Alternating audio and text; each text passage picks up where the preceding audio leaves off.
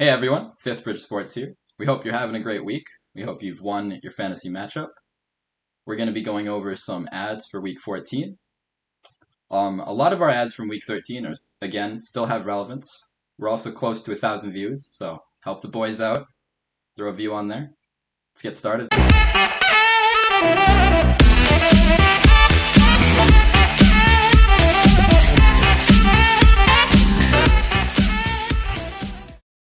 All right, let's get started with our games played for this week.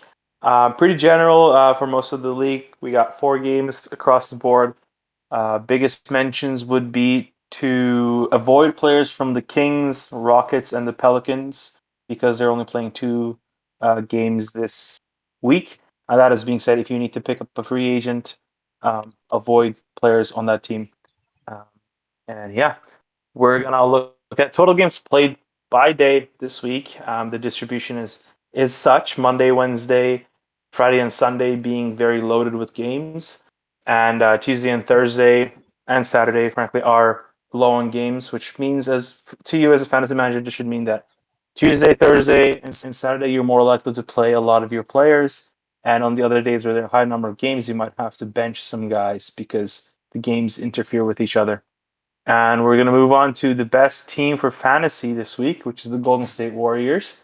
Um, this is because they're playing on Tuesday and Thursday, low number of games. And if you have players on this team, more likely that you're going to get a chance to roster them. Also, Klay Thompson's back. So that's one, one other addition why we like the Warriors this week. Let's move on to our standard league waiver ads. We're going to start with Kyle Kuzma. Now, Kuzma might be in your league already. His rostering is quite high for our regular standard league edition, but I mean it's Kyle Kuzma, so he may be available as a free agent in your league. Despite that, he's been averaging about 45 fantasy points in the last 7 days. So got to give him credit. If he is by chance available in your league, pick him up. He might just do better than a couple of the players you have on there. Next up, we got Anthony Simons with 71% rostering at Portland. Now, Portland's down bad right now. They got Damian Lillard out for the 7 to 8 weeks period or something, and he's been struggling with this injury for a long time. So he might just end the season with this injury. We don't know.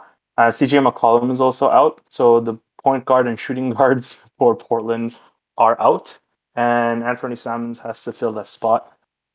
He is shown as out at the moment in Yahoo Fantasy, but he will be back. It's just a personal thing, but he'll be back. So add him if you can, because he'll be carrying the biggest load of Portland's scoring and basketball skills, I guess.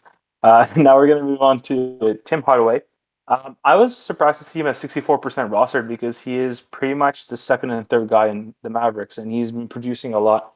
Um, Maybe he doesn't reflect the fantasy as much because he's more of a defensive player, at least that's how I see him as, and he does other contributions to the team.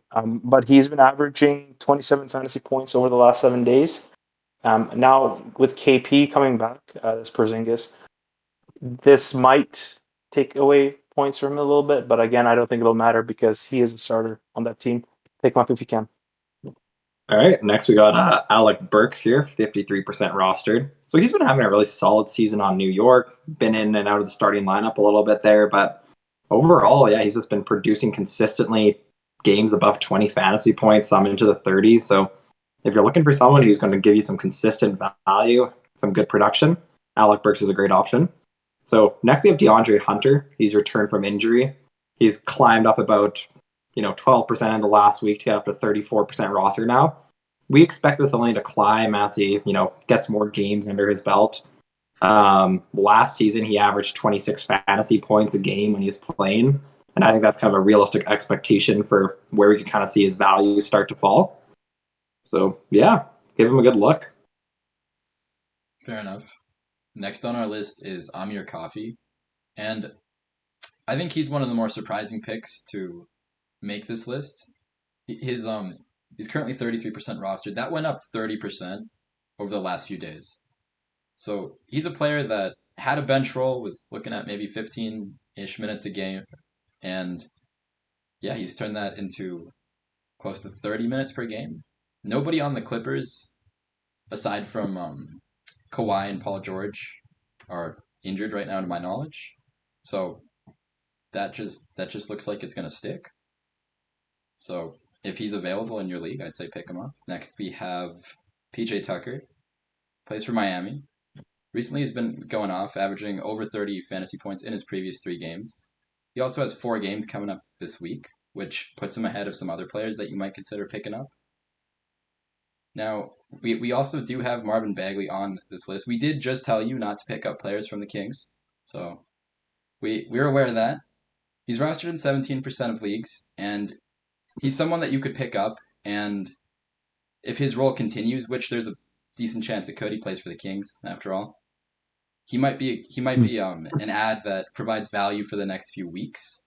All right, so we'll move on then to the waiver watch for our deep leagues. So, as always, if you're in a league with like 8 or less, teams, don't be picking up guys on this list. That's just a quick way to ruin your fantasy team.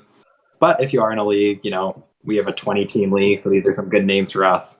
So starting off, we have Nicholas Batum. He's been on the Clippers, been starting. He's averaging 20 fantasy points a game on the season. And, when you're in a deep league, getting 20 points a game consistently from a player, that's pretty good value. So Paul George is going to continue to be out for a couple more weeks. So because of that, Batum hopefully will have, a bit of an increased role, maybe even give you more than 20 fantasy points a game. Definitely worth a look there. Next, we have Josh Richardson. So he's been kind of playing a 6-man role in Boston. He's only 8% rostered, but he's playing above 20 minutes a game, giving you about 19 fantasy points a game on the season. So he's been producing well. Definitely worth taking a chance on, I would say, if he's available in your league.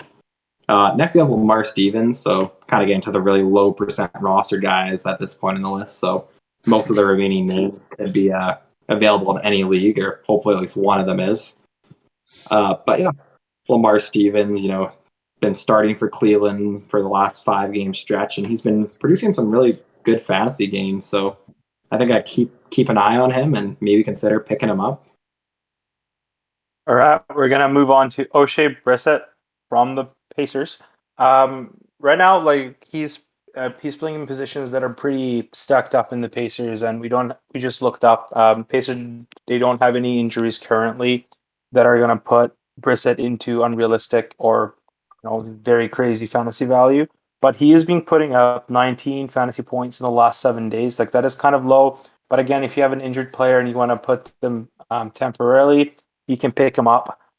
If he continues this 19 fantasy point average, weekly, he might get more minutes, and that can reflect to your team. But like Aiden said, these guys are deep leagues, 13th man on your team kind of deal. So he'll be a good contribution, but again, deep league. Next up, we got Joshua Primo from the Spurs. We're looking at nothing much to say. He puts up 18 fantasy points. If that's what he averaged last week, and same deal. You can pick him up. He will produce a decent, little boost. At least it's better than to have that spot empty than have this guy there. For sure. Next name on our list is Corey Kispert. So he's a rookie on Washington who's seen some increased playing time. His minutes seem to be trending up.